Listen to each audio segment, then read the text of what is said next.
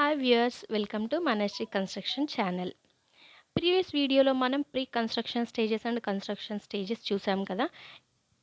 ఈ వీడియోలో post construction stages అంటే ఏంటి, దాంట్లో ఏమేమి ఉంటాయి చూసేద్దాం. ఈ పోస్ట్ కన్స్ట్రక్షన్ స్టేజెస్ అనేది ఓన్గా బిల్డింగ్ కన్స్ట్రక్ట్ చేసుకునే వాళ్ళకైతే అవసరం లేదు. బట్ పెద్ద పెద్ద కన్స్ట్రక్షన్స్ అండ్ కాంట్రాక్టర్కి ఇచ్చిన వాళ్ళకైతే తెలుసుకోవాల్సిన అవసరం చాలా ఉంది. పోస్ట్ కన్స్ట్రక్షన్ స్టేజ్ అంటే దాంట్లో కొన్ని పాయింట్స్ ఉంటాయి. మెయిన్‌గా final inspection, testing and commissioning, cleaning and site clearance, obtaining occupancy certificate, hand over to owner and maintenance and defects liability period, ఇలాంటివి కొన్ని ఉంటాయి. వాటి గురించి మనం తెలుసుకోవడం చాలా ముఖ్యం. కన్స్ట్రక్షన్ ఒకటే కాదండి, తర్వాత మనకి ఏదైనా ప్రాబ్లమ్ వస్తే దాన్ని సాల్వ్ చేసుకోగలిగే అంత కెపాసిటీ మనకు ఉండాలి. ఉండాలి అంటే ఫస్ట్ కొన్ని పాయింట్స్ మనం తెలుసుకోవాలి కన్స్ట్రక్షన్ చేసే ముందు. ఓకే. పోస్ట్ కన్స్ట్రక్షన్ స్టేజెస్‌లో ఫస్ట్ వచ్చేసి final inspection. Engineers and inspectors examine చేస్తారు. అంటే ఎలా?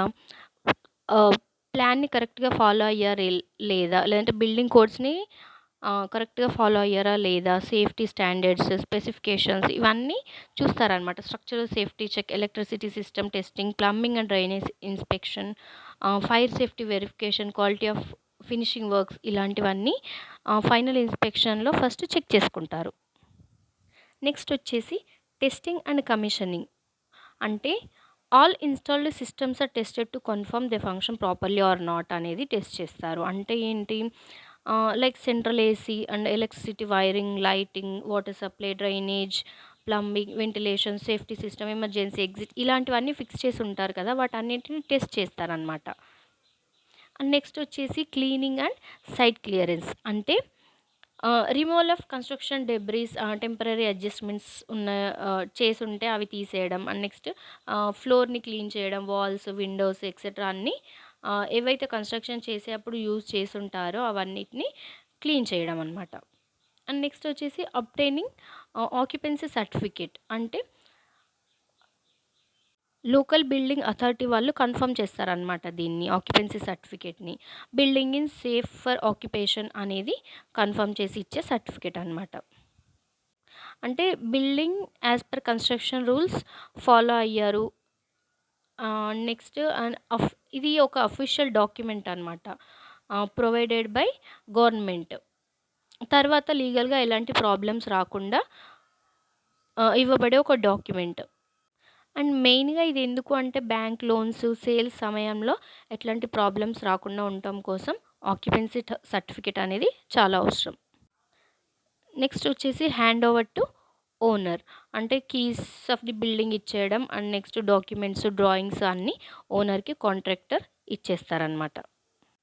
And last one and important one, maintenance and defects liability period. After hand over the contractor responsible 6 months to 12 months వరకు ఏ problem వచ్చినా కూడా కాంట్రాక్టర్‌దే రెస్పాన్సిబిలిటీ అనేది ఈ maintenance and defects liability period. అంటే దీంట్లో ఏముంటది? Repairing cracks, defects, fixing plumbing, electrical issues, routine inspection, ఇలాంటివన్నీ ఏ ప్రాబ్లమ్ వచ్చినా కూడా మనం కాంట్రాక్టర్‌కి చెప్తే వాళ్ళు సాల్వ్ చేస్తారనమాట. ఇప్పుడు మనం స్టార్టింగ్‌లో construction stages and pre construction స్టేజెస్‌లో చెప్పుకున్నాం కదా, కాంట్రాక్టర్ అగ్రీమెంట్ అనేసి. దాంట్లో మనం కాంట్రాక్టర్‌కి హ్యాండ్ ఓవర్ చేసే ముందు, ప్రాజెక్ట్ ఇచ్చే ముందు మనం సైన్ తీసుకోవాలనమాట. అంటే ఏంటిది? 6-12 మంత్స్ ఏ ప్రాబ్లమ్ వచ్చినా మీదే రెస్పాన్సిబిలిటీ అని మనం మాట్లాడుకోవాలి. ఇదండి post construction stage of the residential building.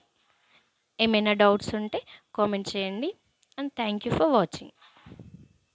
Please do subscribe and share, comment.